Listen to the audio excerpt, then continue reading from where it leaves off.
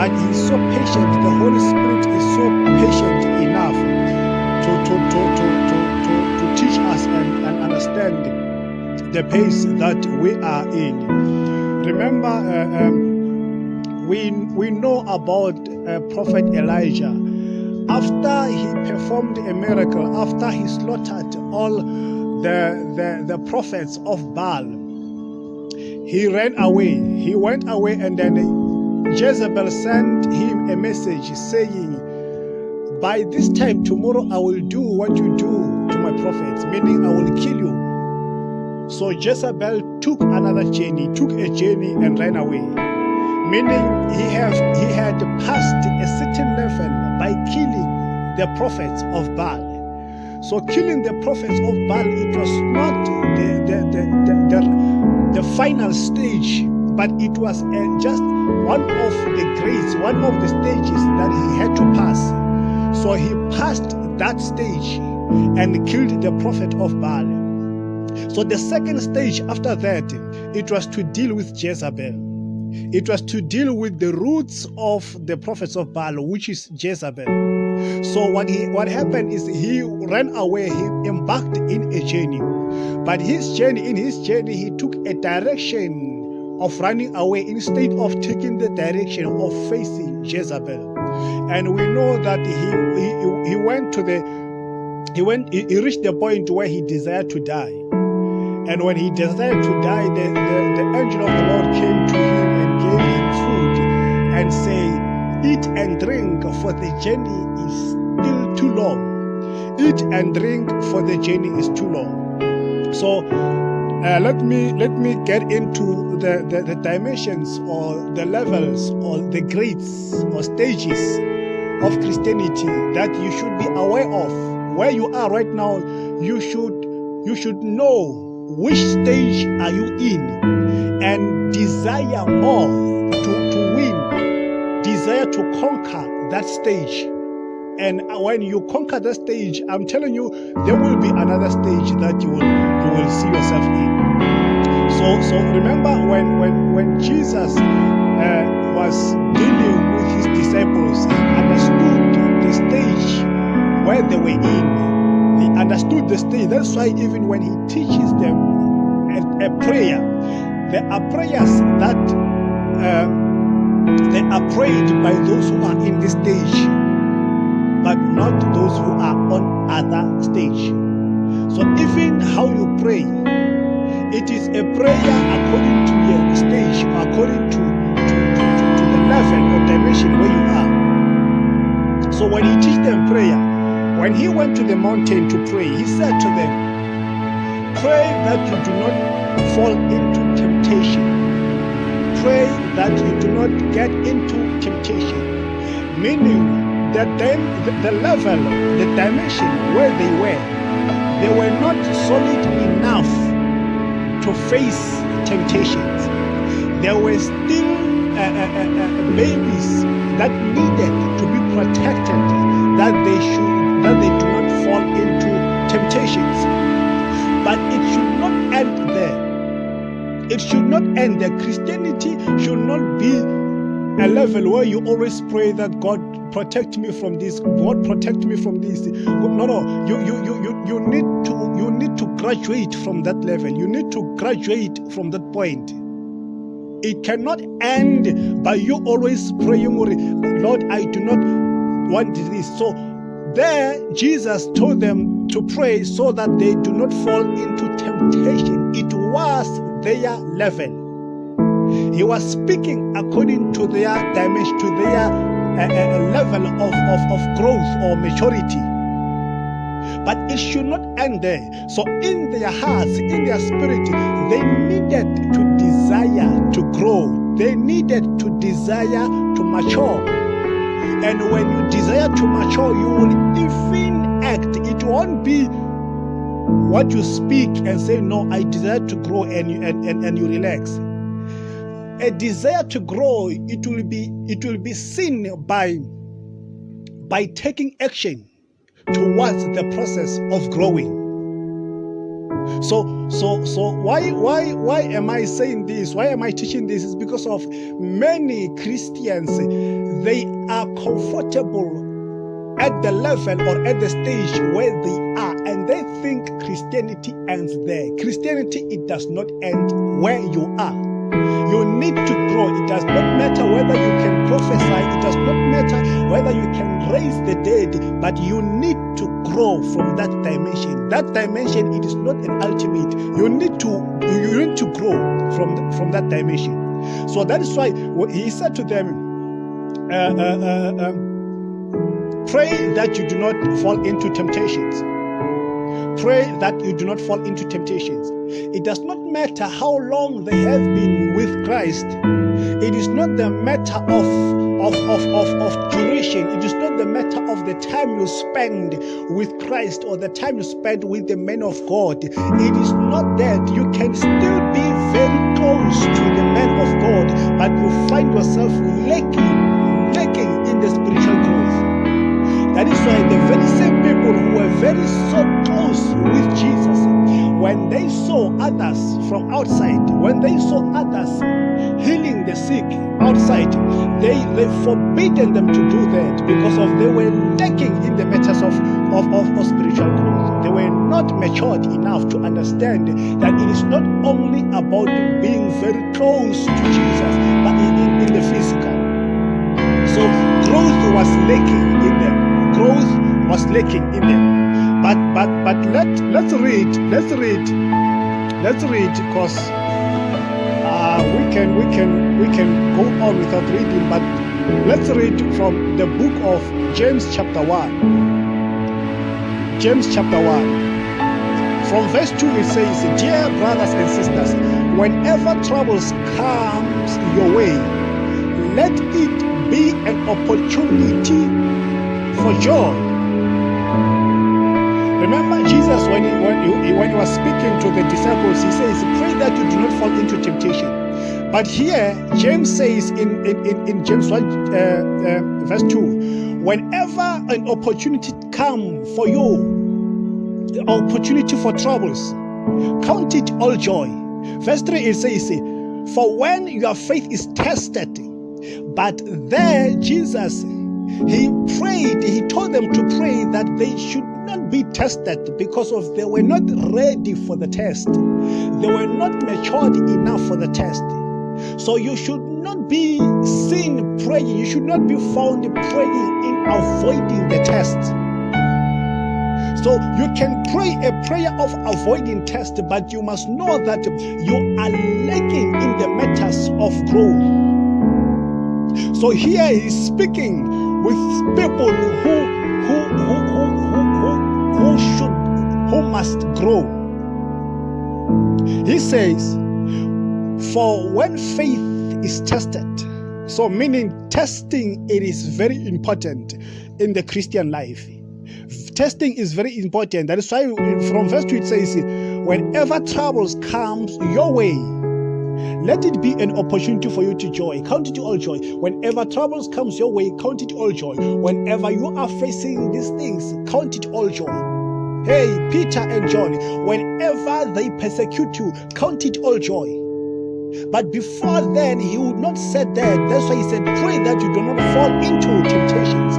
Pray that you do not be tested. But here, when the test comes, count it all joy. Verse 3 it says, for when faith is tested, your endurance has a chance to grow. What is important here, what is key here is the opportunity for you to grow. We keep on growing. Remember, Paul says, I die daily. He does not say, because I died yesterday, then it ends there. Meaning, when he says, I die daily, he grows daily, he learns daily. Dying is another method of growing. Dying is another word of passing, of graduating from the state where you are now to another state. Because of when you die, you are graduating from the state that you are now, and you are entering into another state. That is why he says, I die daily. I I die daily. He doesn't say, no, I died yesterday, then now it's now. He says, I die daily. So whenever you are facing that test and troubles, count it all joy, for when your faith is tested, your endurance has a chance to grow. What is important, it is to grow. What is important, it is to grow. So let us tackle another thing here. Let us look at another thing here. There are times in your Christian life whereby you reach a stage of lack. You reach a stage where you have to go through troubles. It is important for you to go through that troubles, but it should not be forever. You should not be in troubles forever. You should not be the one crying forever. If you see yourself always complaining and crying, you are lacking the final kick of destroying, of conquering, of graduating from that level, from that stage. It is good to be tested. It is good to be tested so that you can endure. But there is a reward after that. There is growth. So there are many who are confused in the Christian life, where they talk about more being persecuted. Being persecuted, it is good. There is a stage where, let's say you are in grade 1, you get the persecutions in grade 1, but you should not get the persecutions of grade 1 for 12 years. When you always speak about the persecutions of grade 1 for 12 years, you are still a baby. Being persecuted does not mean that you are matured. It does not mean that you have grown to the ultimate. You are ready for that test of that grade, but you need to complete that grade and move to another grade. And when you complete the grade of grade 1, you will not complain about grade 1. But you will reap the fruit, the rewards of passing the test of grade 1. And now you will speak another test of grade 2. And when you complete, you will speak about another test of grade 3. But you will always have a reward of what you went through. So if you see yourself always not having the reward of what you are going through, but wishing that and believing that you are on the right track. Yes, you are on the right track, but you are standing, you are not walking, you are not moving. You are on the right track, but you are stationary on that right track. And it is not about you being on the right track, but it is about you moving on the right direction, on the right track, in the right direction. So it is about the movement, not being in the right track. You can be in the right track, but standing in the right track, then you are gaining nothing. So when you face all these persecutions and all those things, it is good, but get moving. Let's look at the story of Lazarus, who is the brother of Mary and Martha. The Bible says he got sick, and when he got sick, it was good for him to be sick, because he had to go through the test of that dimension or of that stage. It was good for him to go through, to get sick. Why am I saying it was good for him? Because of when Christ analyzed his situation, the situation of Lazarus, he did not take Lazarus out of the sickness. Meaning, Christ approved the sickness of Lazarus. Meaning, Christ was delighted when Lazarus was sick. That is why he never bothered to heal Lazarus. And he knew that Lazarus would die. That is why when he said to his disciple, let us go, for our friend has fallen asleep. Meaning our friend has died. So he knew that Lazarus would die, and it was good for Lazarus to die, and Christ permitted Lazarus to die. But let me tell you, you do not end there in dying. If you end there in dying, you still lack maturity. You still lack maturity. When Paul says, I die daily, it means he die, he rise. He die, he rise. He die, he rise. But when you die and you fail to rise, then there is a problem. When you die and fail to rise, then there is a problem. So you don't come to me always say, no, I'm dead. But you need to die daily. Yes, you are dead, but get out of that grave and die again tomorrow. Get out of that grave and live and face another sicknesses of this other dimension and die again in this other dimension and rise up again in this other dimension. So getting sick, it is good, but it's not the point where you should rest. Dying, it is good, but it is not the point where you should rest. You must resurrect again. And after resurrecting, it means that you have graduated from the previous life. You have graduated from the previous persecutions. You have graduated from the previous challenges. But when you fall asleep and fail to rise, it means you have never graduated. So what causes one not to graduate? What causes one not to graduate? It is only a matter of being disobedient. It is only an issue of being disobedient. Being disobedient will cause you not to grow.